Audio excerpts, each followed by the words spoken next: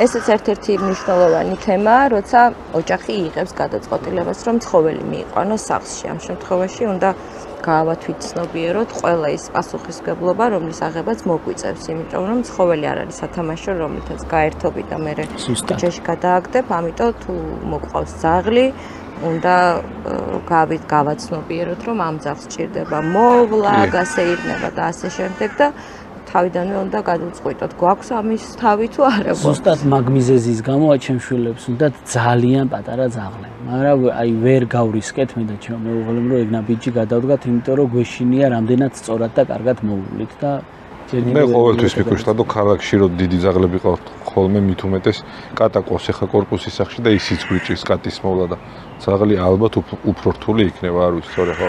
სურამში სუყავს რაღაცა ძაღლი ყოველთვის არის, ოღონდ არასოდეს ჯიშიანი ძაღლი არ ყოლია. გადაწყვიტა მამაჩემ რომ ყოველთვის უნდა იყოს რაღაც. და ეხლა ყავს მერსედესი. სახელებში მაგრათა ხარ თქვენ. სახელებში მამაჩემია როგორც წესი ნათლია და კახა ყავდა ძაღლი.